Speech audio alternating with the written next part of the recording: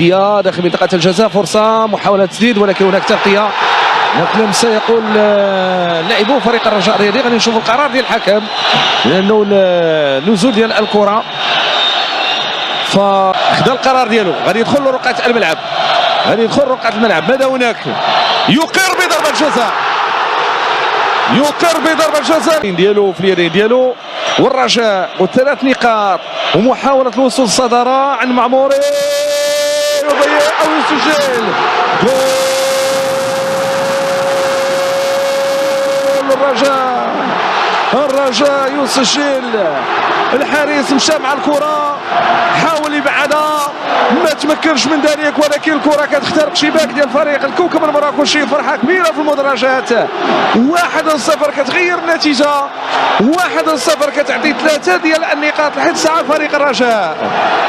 مقابلة جات الأنفاس ديالها الأخيرة باش تكون هي تشكوكية.